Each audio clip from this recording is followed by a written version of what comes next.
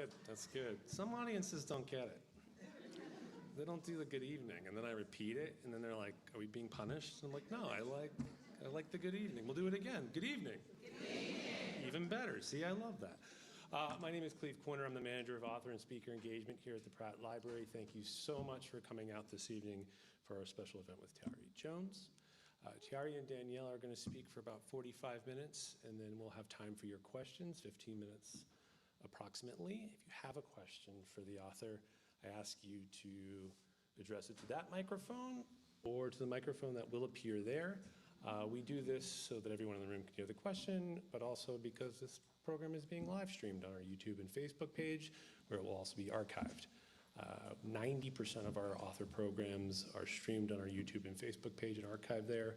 So if you ever can't make it out to a program, or you're like, I wonder if the Pratt had said author, check us out. After the program, Tayari will be happy to sign your book that you purchased from our book-selling partner, Ivy Books. Again, thanks for coming out. Now I'll put the glasses on and do the introduction. This evening, I'm happy to welcome Tayari Jones to the Pratt Library to discuss her new novel, Kin. Vernice and Annie, two motherless daughters raised in Honeysuckle, Louisiana, have been best friends and neighbors since earliest childhood, but are fated to live starkly different lives. Raised by a fierce aunt determined to give her a stable home in the wake of her mother's death, Vernice leaves Honeysuckle at 18 for Spelman College, where she joins a sisterhood of powerfully connected Black women and discovers a world of affluence, manners, aspiration, and inequality. Annie, abandoned by her mother as a child and fixated on the idea of finding her and filling the bottomless hole left by her absence, sets off on a journey that will take her into a world of peril and adversity, as well as love and adventure, culminating in a battle for her life. A novel about mothers and daughters, friendship and sisterhood, and the complexities of being a woman in the American South, Kin is an exuberant, emotionally rich, unforgettable work from one of the brightest and most irresistible voices in contemporary fiction. This evening, Tayari Jones will be joined in conversation by award-winning author Danielle Evans. Tayari Jones is the author of 4 novels, most recently An American Marriage, which was an Oprah's book club selection and also appeared on Barack Obama's summer reading list in his year-end roundup. It won the Women's Prize for Fiction, the Aspen Words Literary Prize, and NAACP Image Award, and has been published in 24 countries. Jones is a C.H. Candler Professor of English and Creative Writing at Emory University and lives in Atlanta. And one addition to her bio that she told me when she walked in 25 minutes ago is that her new book is debuting at number 3 on the New York Times bestseller list.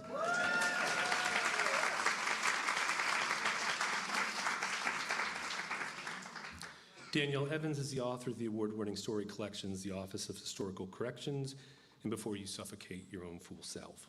She is a professor in the writing seminars at Johns Hopkins University. In a Kirkus-starred review, they write, beautifully written and powerfully compelling, Tayari Jones interrogates social injustice through the lens of personal relationships while exploring the ways in which it shapes those relationships. And she does this in language that is intimate, controversial, and musical all at once. In another starred review, Book Page relays, Tayari Jones once again stuns with a novel full of uninhibited love. Jones develops her protagonist's personalities slowly, with the nuance subtly evolving into their characters one just can't help but root for. And best-selling author Ann Patchett calls Kin the kind of all-encompassing reading experience I'm always hoping to find, smart and funny and deftly profound. This is Tayari Jones's very best work. It's my great pleasure to welcome Tayari Jones and Danielle Evans to the Pratt Library.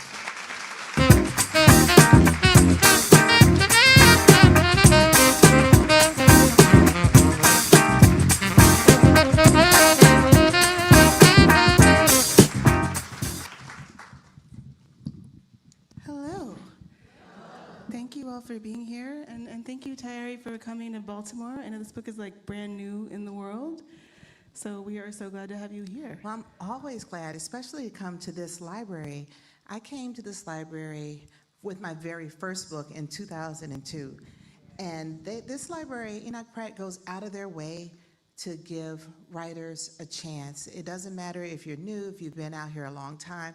I feel like they believe in connecting, the community with writers, with literature. So I'm so delighted to be here. I could not have missed it.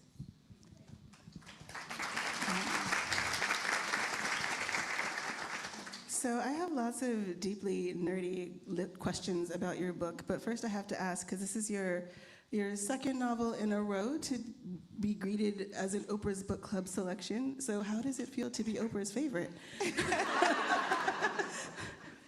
You know, it's so funny when she came to surprise me, to tell me that she had chosen the book, but I didn't know. I had just gone to New York to talk to my publisher because we had been kind of back and forth, that's a polite way to say it, about the cover. And so I went so they could see I was a nice person, you know, I'm sane, I just kind of wanted a different cover. And so I went and I was making nice and everyone seemed really distracted. And I thought, am I not seeming nice enough? So I tried to be like even nicer seeming, and then they said, you have a visitor. And I turned around thinking it's somebody, I don't know who I thought, and who's standing there but Oprah. And I said, hi. I said, I'm in New York because I have a book out. She said, I know. And what I have learned from the 2 times being an Oprah's book selection, she knows. Whatever it is, she already knows. Thank you. So my first actual question is, will you read a little from this gorgeous book, please?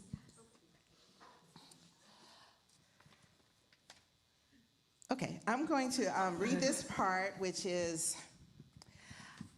well, I will have to give you just a little backstory on it. I met a linguist once who told me that the difference between a language and a dialect is that a language has words in it that cannot be translated. And so when you just have to take them like whole cloth, like for example, the word petite is a French word. We do not have an English word that means petite. So we just took the whole word. Because, you know, it's different than short, it's different than small, it's petite, it's its own thing. And he said that the word that establishes African-American vernacular language, African-American vernacular English as a language, and there are few words that are untranslatable, and I'm going to read you a part about that word. This is from the point of view of Annie, who's explaining her relationship with Niecy, who she's known since she was an infant. Niecy and me have been friends since we smiled with our milk teeth. We were 2 motherless girls that everyone felt sorry for, but Niecy was especially cooed over because of her sweet face, which reminded folks of her mother, who was gone from this world, and it was a crying shame. My situation also called for pity, but no one ever remembered my mother as a poor thing. If there was one word on every lip, it was trifling. It's one of those words that Webster's doesn't know anything about. I looked it up one time and saw something about a cake. In Honeysuckle, we know that it can be one of the harshest words ever spoken. I say can be, since you can soften it up with a little bit of a laugh. When you chase it with a chuckle, it just means you didn't do your best, like only rubbing lotion on the parts of your body that show, leaving the rest ashy. But when the word is sneered in disgust, there is no damnation more vicious. It's not vulgar, like when you say someone is a motherfucker, letting everyone know that you're angry, but hurt too. And one thing we know about hurt feelings is that a man called a motherfucker one day could be baby again tomorrow. It's more than dismissing someone as ain't shit, because again, bad language holds too much fire, and where there's fire, there's caring. You can put no count on the same page. Trifling is its own thing entirely. 9 out of 10 times, maybe more, is used against a man for obvious wrongdoings like cheating and refusing to work. When you throw it at them, it hurts them, but they take it in stride. By the time you get to calling a man trifling in this way, he has likely heard it before. Although the first time he heard it from his grandmother, it probably sent him to bed with shame.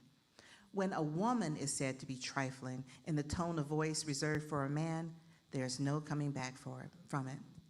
Hattie Lee left me with my granny when I was womb wet, having suckled just one time.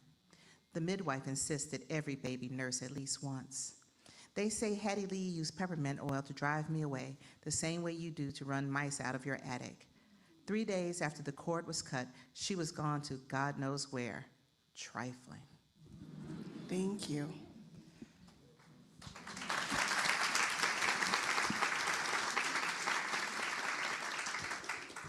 So we talk a lot lot about the marriage plot when we're talking about novels, and your last book kind of went at that and subverted it in a beautiful, brilliant way. But I'm really interested in the friendship plot, because I think what's exciting to me about friendship is that it doesn't require an event or an occasion, right? You don't have to take a moment to declare yourself someone's friend. You don't have to have an incident or event to end a friendship with somebody. And so friendship has a kind of lifelong rhyming action where you have to keep choosing someone over and over again, but also that at any moment you could not choose them. And so I was interested in how you thought about friendship kind of giving a shape for this book, where in the process you decided to have alternating point of view chapters, how friendship lent its structure to the novel itself, because when you have friends, they can go off in different directions for a long time, and you have to think about where they part and where they come together. I think friendship is, in some ways, it is a classic story plot, the cradle to grave friendship. People who are brought together, usually if you're friends with someone when you're a child, you're brought together by circumstance. But there is that person in your life that is the first friend you picked on your own. And I remember, my first friend that I picked on my own, she actually passed away a few years ago. Her name was Angelique, and she was my first friend that my mother didn't set me up with. Because when you're little, your mother sets you up with the kinds of children she thinks. But me and Angelique saw each other on the playground, and I thought, I want her to be my friend. So, and there is so much agency. There's so much agency in friendship. Like you said, you choose your friends. But I do think that relationships between women are often cast as fraught. Like women can only be frenemies with their friends, and their friendships are so complicated. Even when you think about, the queen of us all, Toni Morrison, you look at Sula and Nell are friends, but it's weird. It's real weird, right? And it's all about the tragedy of their inability to reconnect. And I think our friendships are the other love stories in our lives. I was going to write the story only from the point of view of Niecy, because I liked her. She went to Spelman, I went to Spelman, so I was just gonna, write about Niecy. But when Annie climbed out the window and ran away, and Niecy didn't know where she was, nor did I. So I figured if I was gonna find out where Niecy had run off to, I was gonna have to engage her point of view. And that's when I decided to switch the points of view. I want to come back to that question of rescue and friendship, but I'm going to take a while to get there. Because first I want to talk about, you have these incredible central characters, but there are also this secondary cast of not quite mother figures in this book that's so much about that absence. It starts with Aunt Irene and Annie's granny, and then you have later a mother-in-law and a madam and a brothel who become these pseudo-maternal figures, but they're all so interesting. And I think partly I'm interested in, you give them exactly the right amount of space, because I feel like any one of those women could have sort of run off with a book, but because of their relationship to the characters, it requires them to kind of have boundaries and not actually be able to fill a void. But they have this whole life off the page, even though they only sort of pop into the book to basically remind these characters, I'm not your mother, and I can only do but so much for you, or to take on this sort of temporary role, or give maternal advice without necessarily a kind of correlating investment in the characters. And so I'm interested in how those characters came to you. Did you have to restrain yourself from following Aunt Irene around Ohio or Lulabelle around Mississippi? Well, I felt like this is the most Southern book I've ever written. I think I moved back home to Atlanta, and I think I kind of got almost like my writerly accent came back. And I also think when I wasn't writing when I was living in the North, writing about the South, I think in the back of my mind, I was aware of the things that people think about the South. So I was kind of writing against expectation. And when you start writing against expectation starts to control you. But I think when I moved back home, so all the characters are real characters, right? So we have Lulabelle, who runs a sharecropping whorehouse in Mississippi. We have Mrs. McHenry, who is a proper 1950s black housewife that has a little bit of a limoncello problem. love that it's a limoncello problem specifically. Well, her husband travels. It's a very fancy so it's problem. not really drinking because her husband brought it back from Italy. You see, it's just, being well-traveled and putting the best foot forward as Black people drunkenly. And so but also even characters that are not the mothers. We have Bobo, the blues player with the vocabulary. We have Charming Clyde and his fundamental inability to have a job. So we have all these people. We have a pretty girl named Baby Doll. Like, we have all these people in there. But all the mother figures, almost none of them have children. None of them definitely have daughters of their own. And so they have a lot of extra love to give. But they don't have children as Mr. Daniel says, we don't have children, and it doesn't occur to anybody that that's the way we like it. So none of them want to be substitute mothers. It's like they just want to be helpful and loving, but not your mother. Except for, I think Miss Limoncello could be a mother, but her desire to be, she's a mother-in-law. So her love for Nisi is also part of her love for her son. This book is set during the civil rights movement, and it's interesting because I think sometimes we just have a loss of historical memory, but also sometimes people just sort of think like, oh, well, everybody was doing the things, right? Like, that happened, everybody who lived through that moment was going on all the marches. Well, everybody claims they were. So, nobody says, Martin Luther King, I was not down with that. and I think it's an interesting question, like thinking about, the moment we're living through, like at what point is there a tipping point where everybody's doing something? But I think what's interesting is that these characters, Annie's just kind of living her life. Like, things are happening. Vernice is adjacent to the movement, and she has to negotiate how safe certain risks are, and certain risks are not available to her that are available to other people. And I was interested in how you thought about, we get incidents and we get a sense of what's happening around them, and how you decided, again, that kind of restraint, to say, like, this is happening, this is the world they live in, this is not necessarily the immediate central problem of either of these characters' lives, because they also have full lives in their own communities. I think that one of the challenges of writing about the civil rights movement, especially from today, it's clear what side everyone should be on. So novels thrive in a place of moral ambiguity, and there is no moral ambiguity when it comes to questions about segregation, racist violence. So there's not much to go in to make the characters be able to spark against one another. You know who's right and you know who's wrong. So, but in putting it in the background, I started thinking of the reasons why people may not participate. Like, Nisi feels like I could be expelled, because people, that history of the historically Black colleges, they expelled those kids for protesting against segregation. And my own dad was expelled. Like, my father went to college after he had to go to the Army. He went through a lot to be able to go to Southern University in Baton Rouge, and he protested against segregation, and he was expelled. But what he learned later on is that, I will say this, the presidents of those Black colleges, like, because Southern is a state school, so his expulsion said these kids could no longer be in any state institution in Louisiana. But what the presidents did, they talked to other presidents and was like, we all have to expel our students, because they would lose all the funding. They felt that the institution itself was at stake, and say, well, we're expelling these 4 kids. Would you take them? Would you take them? So everybody ended up somewhere, but they could not tell the kids, because that couldn't get out, because then that would put the institutions back in jeopardy. So for all these years, my father and other people, they held all this anger that we did what was right, and we were put out of school.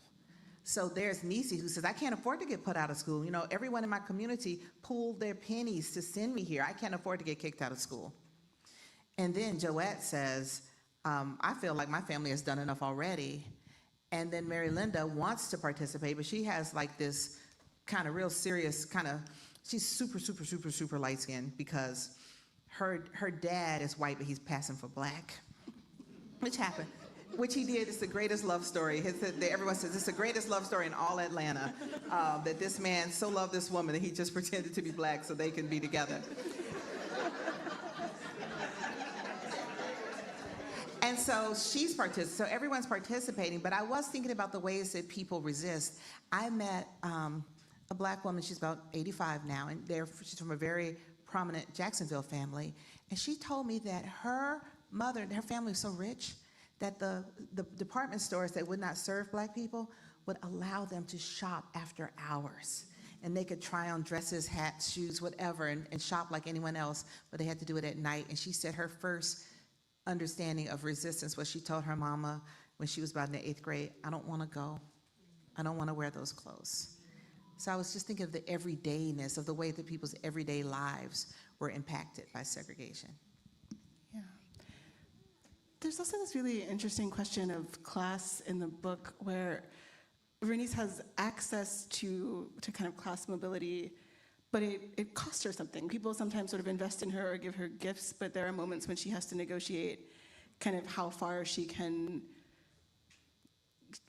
continue to be herself or who she can take with her. Even from like the first day she arrives at college, she starts to get a little embarrassed by this neighbor who has like very kindly gotten her out of a bad situation and gotten her to school. But she sort of realizes, oh, this person shouldn't be saying these things in this place. People are gonna look at her funny.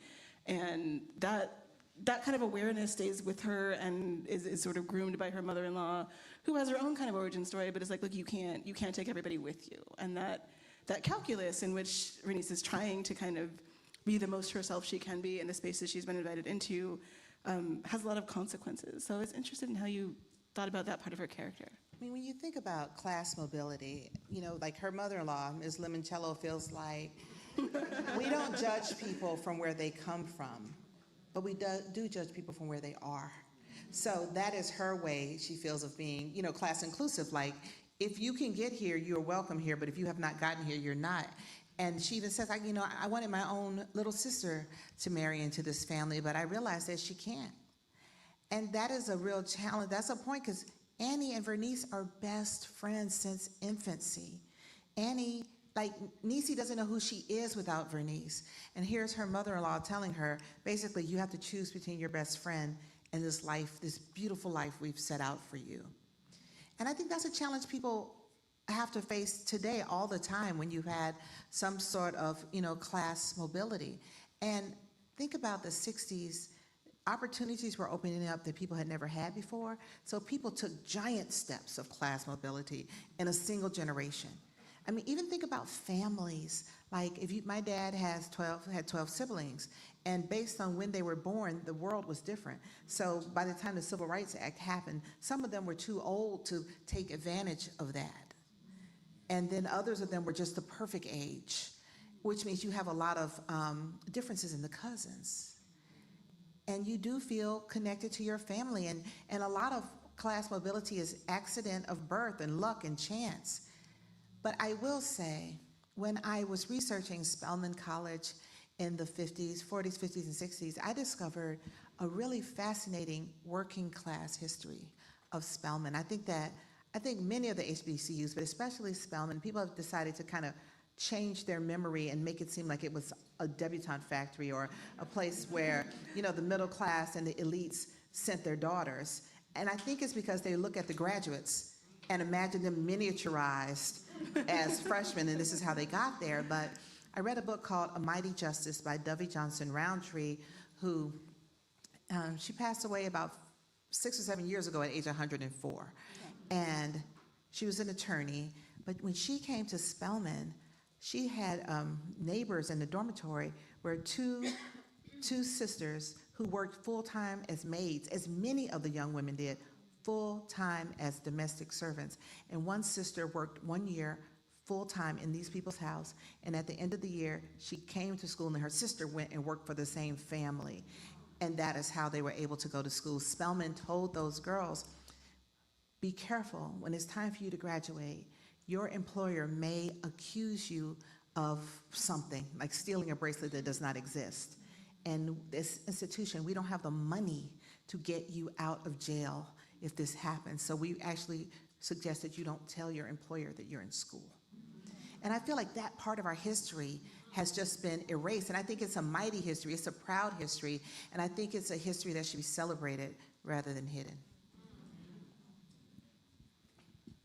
A lot of what brings Annie and Vernice together is initially this kind of shared sense of being unmothered or being children whose mothers are gone, but the older they get, the more difference it seems to make that Vernice's mother is dead and Annie's mother is who knows where. God knows where, doing God knows what, with God knows who.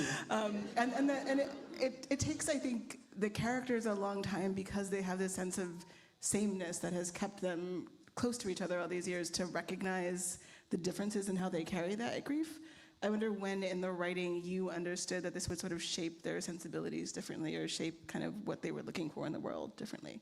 That is something I knew from the beginning. You know that Toni Morrison short story where the girls are in the foster home and one's mother is dead in heaven and the other one is danced too much, stayed out all night long? I knew that was going to be a thing for you. I feel like every book I write, I start with like a deep forehead on the ground curtsy to Toni Morrison. I always make just a little reference because she's the greatest to ever do this thing. And I just give that respect every time. But I feel like the question for me is, what is the value of hope? Annie is hopeful. She wakes up every morning thinking, maybe today is the day I find my mother. And she goes to bed every night disappointed that it was not that day. But she wakes up every morning with hope. Niecy knows she will never see her mother again, not on this side.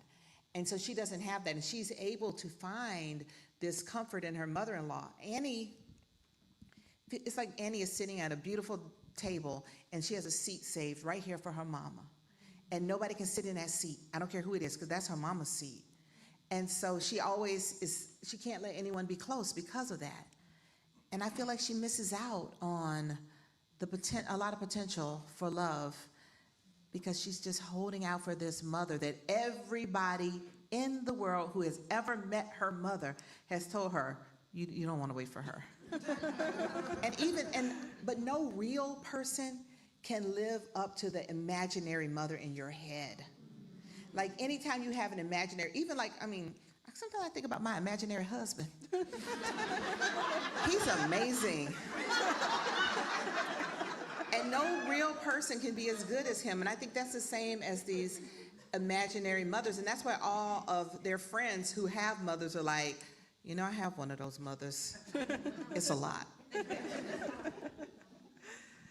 There's also, I think that there is this sense that there are moments when these characters kind of can't save themselves because of that sort of grief or space, but there also is this interesting kind of very clear-eyed negotiation around survival where I think in several places the book kind of winks at a rescue plot, but that rescue is not available to them until they figure something out on their own. Early on in the book, a traumatic thing happens to Vernice, and this man steps in, and it's almost going to be like a sinister meet cute, but then she immediately kind of clocks that, like, no, this man does not mean to help me. This man likes that I was embarrassed and that I'm vulnerable, and she kind of extracts herself from that situation, having kind of read the room very clearly. Can we talk about it a little bit? How much of a spoiler? I'm trying not to say anything past the first third of the book. I'm being very good here. Cover your mic.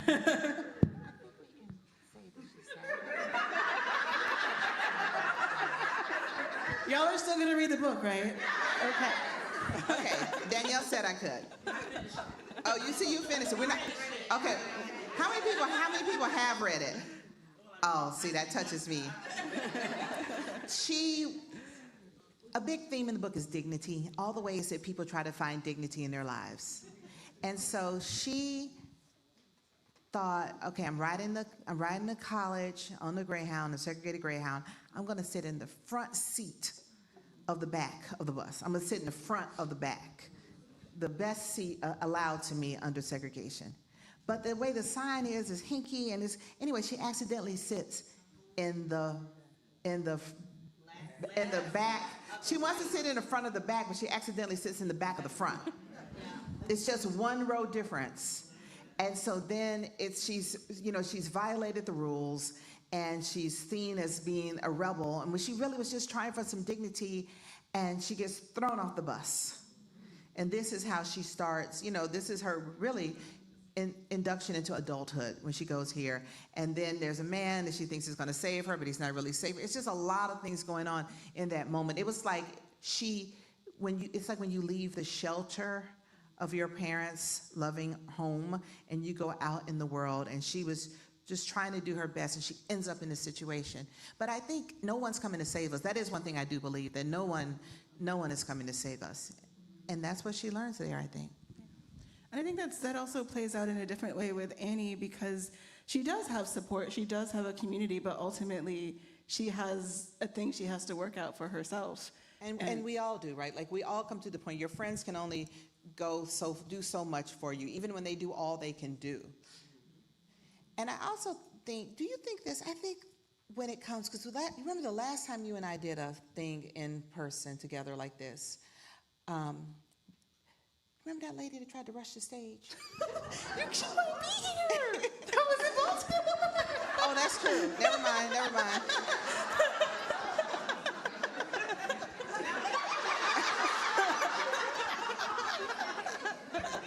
That's true. I forgot. Go ahead. No.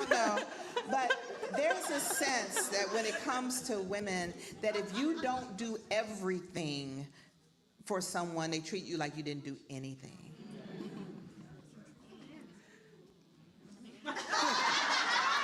I think we're good. It's been lovely listening to you talk about this book, because one of the things that I've heard you say is that this was not the book you thought you were going to write. This is the book that came to you when you just started writing, kind of what story do I want to tell. And so I'm wondering, in that process, where were you kind of surprised or delighted as you were discovering this story? Well, I thought I was going to write a book about Atlanta, modern Atlanta, and the question of really like Black people and gentrification. Like, can you gentrify your own neighborhood? Because I moved back home. I live in a neighborhood. Things are changing, and I thought it was a really interesting thought, but it didn't have the spark. Like, I was working on it, and I felt like I was using a hammer, nails, a saw. I was making a racket instead of making music. And so the book just wasn't happening. The novel wasn't noveling. It just wasn't doing it. And so I just got desperate and just started writing by hand to see what was in my mind. And that's when I met Annie and Vernice. So everything that happened to them was a surprise to me, because they surprised me. I have never, ever, you know me, I am not that person to be over here talking about, oh, it just came for me. You don't choose the work chooses you. I'm not that kind of person. I'm not controlling, like I never know how a book is going to end, but I do generally know what the book is about. So I had to really just follow this where it would send me and I had to ask this book, what are you trying to teach me? What am I supposed to learn from this book? You did a great job. Oh, thank you.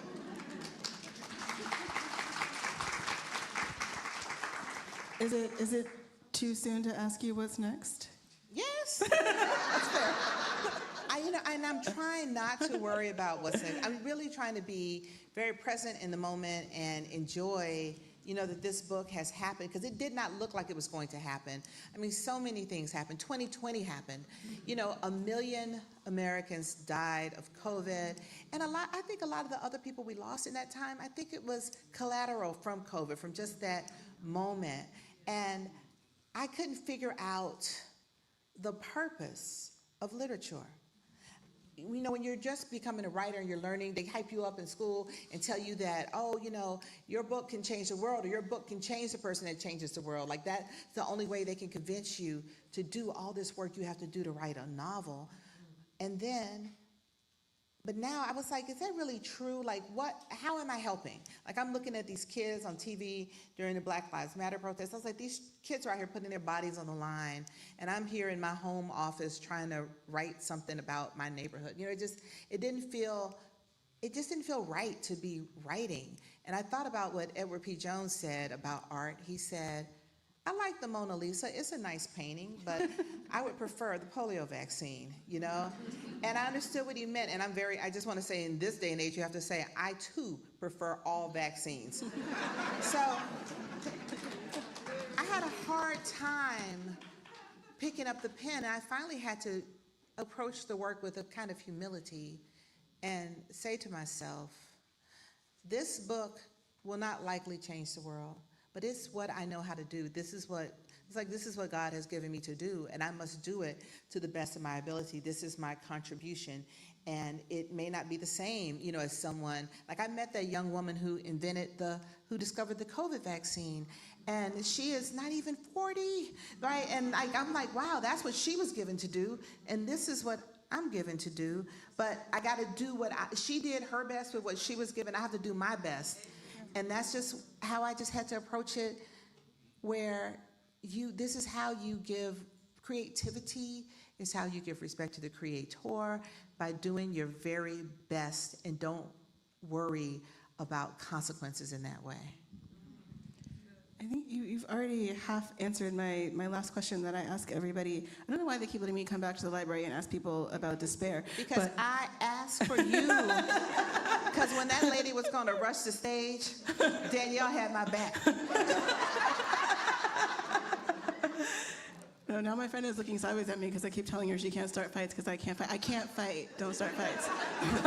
But she was going to try. I was going to try. It is the thought that counts.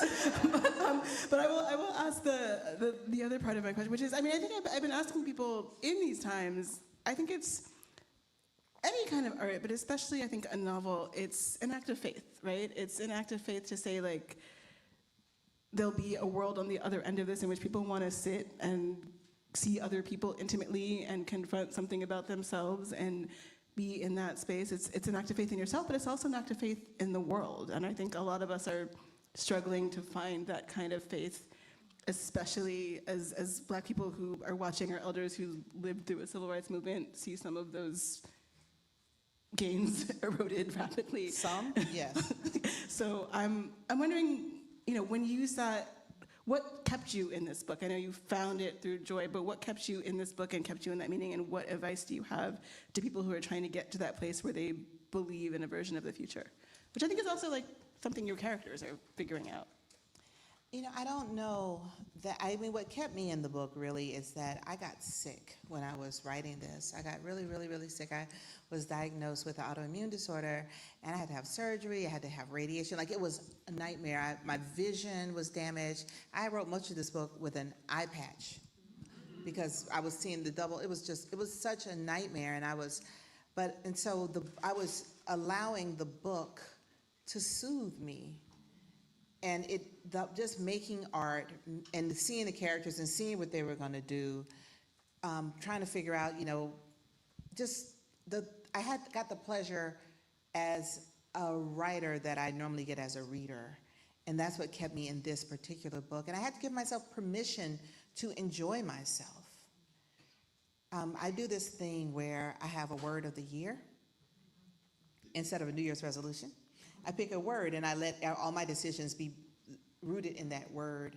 And one year, when I was trying to write and I couldn't get the story going, felt so guilty with so much going on in the world to be saying, I'm trying to write, and I've already had a successful book in An American Marriage, and now I want another one.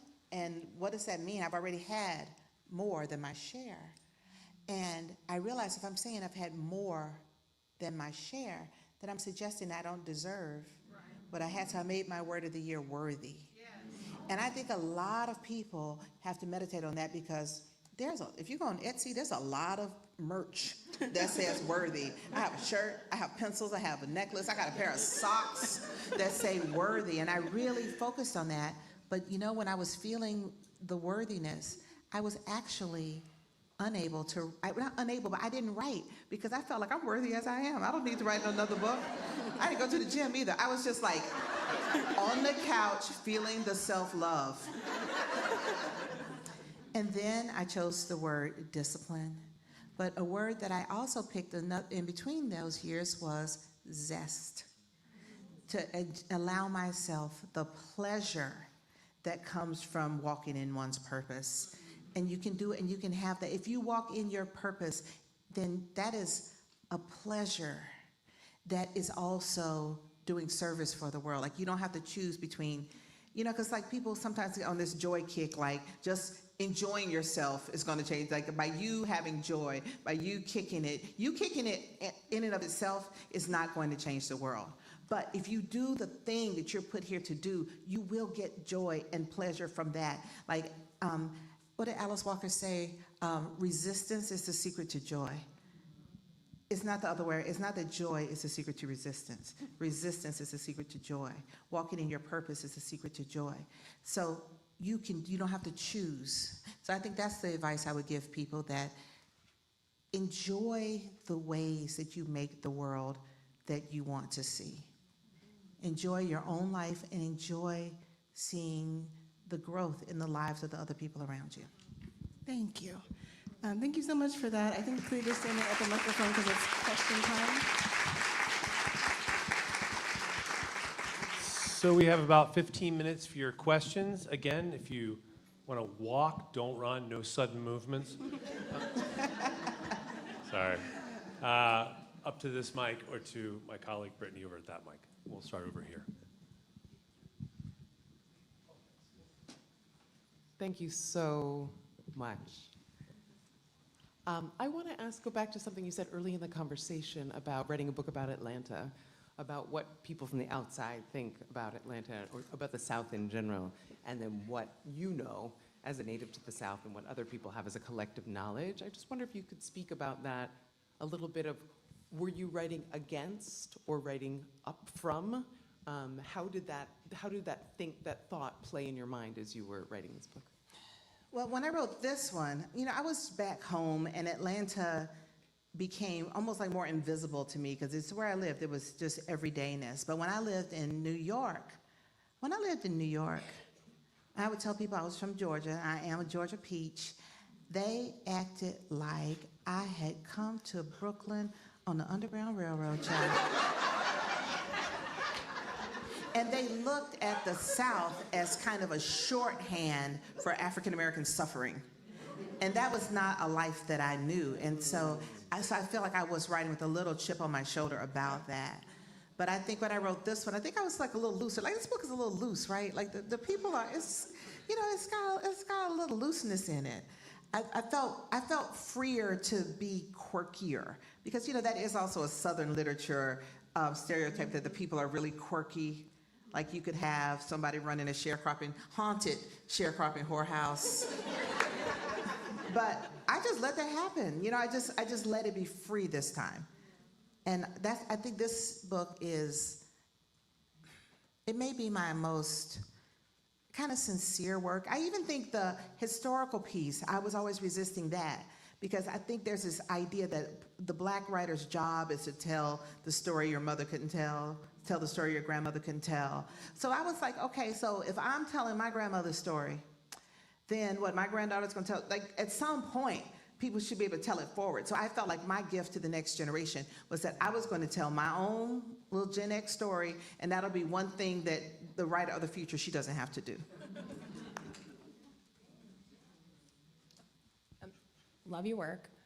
Was just really curious to see, as you write, is there something you're in search for yourself?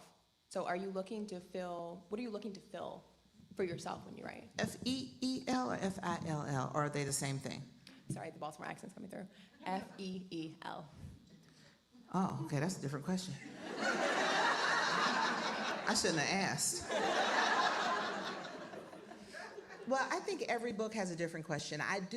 I think that when you're writing the book, you don't know. Like, it's kind of like when you're in love and everything you do, you think is motivated by your heart. The mysterious heart that wants what it wants.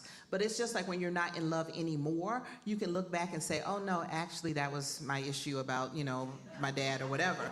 And so I feel that when I was writing this book, I felt like I was being, propelled by something mysterious. But once it's over, I moved home to Atlanta because I wanted to get to know my parents as adults, but specifically my mom. I wanted to get to know my mama as two adults. I wanted us to be like Irene and Niecy. When Irene pours a drink for Niecy and say, we're gonna talk like two grown women. That is my deepest fantasy. That is not my mama's fantasy. And so I think that this book was my way of having that conversation with her by digging into her generation. Hello. Hello. What did you say to the woman that made her rush the stage? What did I say to provoke it, or what did I say when she did it? What happened? I think people want to know. Okay, this is what happened. I was innocently having a conversation with Danielle about my book and American marriage, and we were taking questions. It was fine. Like, I wasn't doing anything out of the ordinary. And someone asked about the American marriage. Have y'all read this? Yes. Okay, so the lady felt like I was not sufficient, like my character was not sufficiently sacrificial. That's what I think. I think she felt like, she was expecting a book that was one woman's brave fight to free her man, right? And that's not it's not how I am. And so she pointed that cane at me.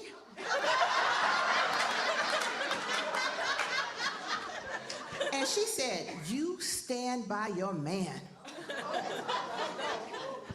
And I believe it was our diplomat. She met your imaginary husband. Yeah, I was saying, but even my imaginary husband, I wouldn't even do that, right? She said, and so then our beloved Danielle here politely said something like, this is a work of fiction. And the lady said, "I know what she thinks." She was still pointing that cane at me. And that's when Danielle got ready to throw hands.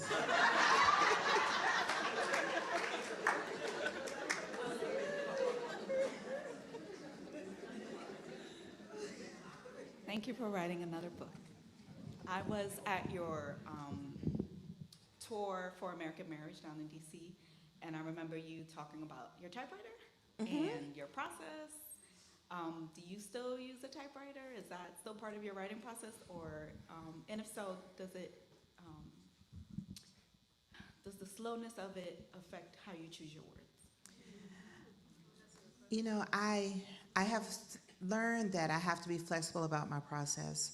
Like, I like to write. I used to say I only write in the morning because I prefer, but now I say I prefer to write in the morning, because when I said I only write in the morning, if something went wrong, I would have the whole rest of the day, beautiful free day, but I had convinced myself that that part of the day was off limits to me. And so I make a point not to ever say I only do things one way. I love to write on the typewriter. I love the slowness of it. I love the way you make all that noise. You feel like you're really getting something done. And at the end of every line, you get that little rewarding ding. It's like it's saying, keep going. But when I got sick, when I got diagnosed with Graves' disease, it ruined my eyesight. And so the typewriters were hard for me to use. And I was so late on my deadline. I'm years late on my deadline. I'm writing a book that's not the book these people have paid for. And so I'm going to roll up on them 6 years late and hand them a whole different book. And so I had to use a computer for speed.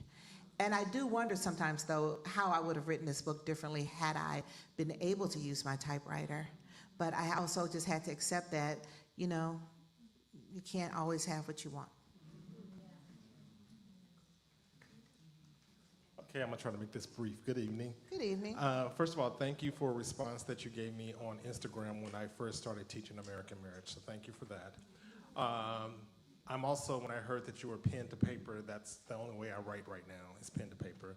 But I've been teaching American marriage and kind of want to give a shout out to my kids at Columbia Heights, because I want to know, how would you suggest to me, because right now we're talking about, because we're literally teaching it right now, how would you tell my students, seniors in high school, because we've been discussing the audience, is this book for us 18-year-olds because of the, not just American marriage, but you're writing in period, because now I read it as a writer.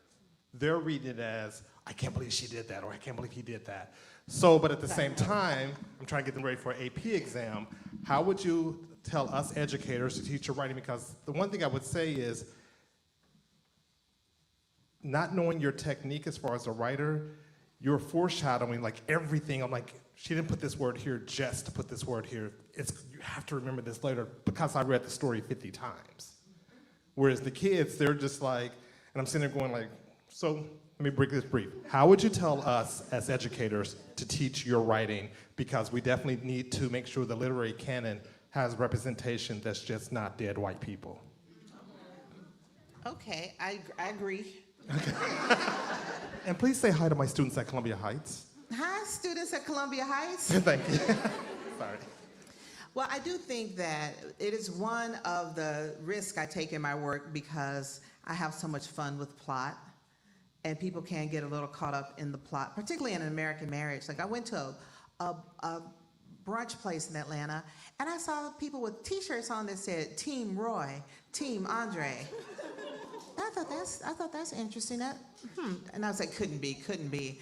And then the woman on the back of her shirt, it said, I like my mimosas like I like my men, transparent. I said, oh yeah, that's my line. So I followed her, and they were having a book club where they just enjoyed themselves by fighting over which character they supported. And that meant they were engaging with the text, but it may not be the kind of critical engagement you're striving for with your students. But it's a trade-off, because I do think that the drama of it does draw them in. They get into it, don't they? They get into it, and the thing about it is, they're not writers, and I'm just trying to get them ready for some things, because I have at least maybe a half dozen, if not more. They ate the book in about a week, and so since this one dropped, they picked that one up now.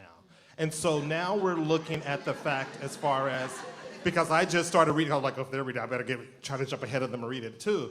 But I just started looking at the fact to where I can't stop but help myself for taking notes. I watched your podcast interview that you did with Oprah, and so it's just like all these notes. So because of the fact that I'm looking at every word you're putting down, and I'm sitting there going like, she didn't put this word down just to put the word down to fill in space. So for young readers, your 18-year-old readers, and especially with the people that I'm working with, what do you want them to take from your writing? Plot, I get that, I love that. And maybe that's enough just to get them started to make sure that they continue to read. Absolutely. I mean, you got to let them read the way they want to read. There we go. I think Okay. you can accidentally remove the pleasure of it when they're like, oh, I just enjoyed that, but now I don't feel smart because I didn't see that this was foreshadowed. Gotcha. Okay. But I think just ask them, what questions does this story raise for you? Like, what, if you read American Marriage, what is sacrifice? What is, and what is selfishness? Is it more selfish? Like, you can ask them questions like, is it more selfish not to wait on your man, or is it more selfish for him to want you to wait? Well, You see, so then they can go back and forth about that and use the book to support their argument. Like, get them to go into it thematically before you start doing close reading. well, not to put you in the grade, but I did tell them, reach out to you on social media if they have direct questions. So, thank you. Where's the lady with the cane?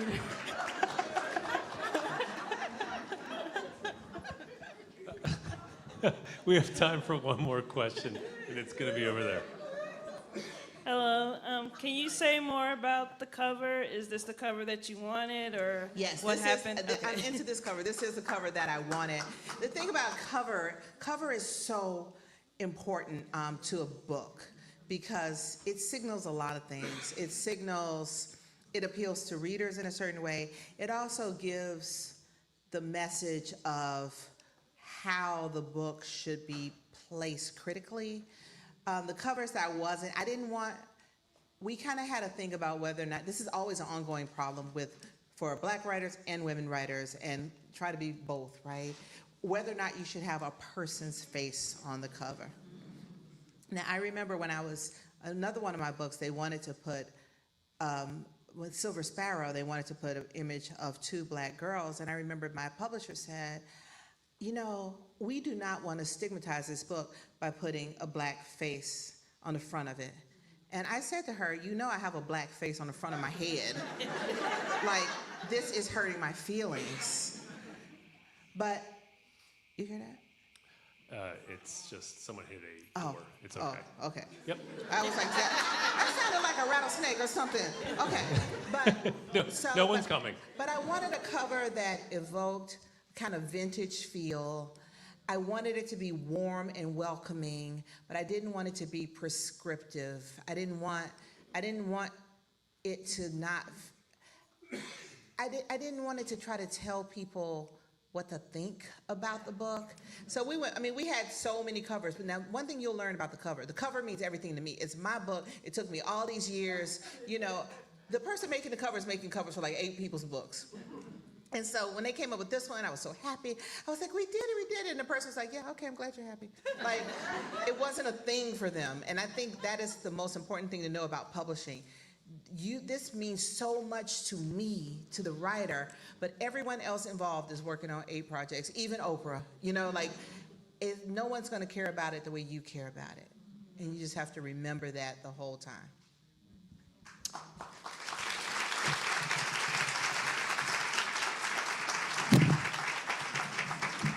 Please help me to thank tonight's moderator, Daniel Evans.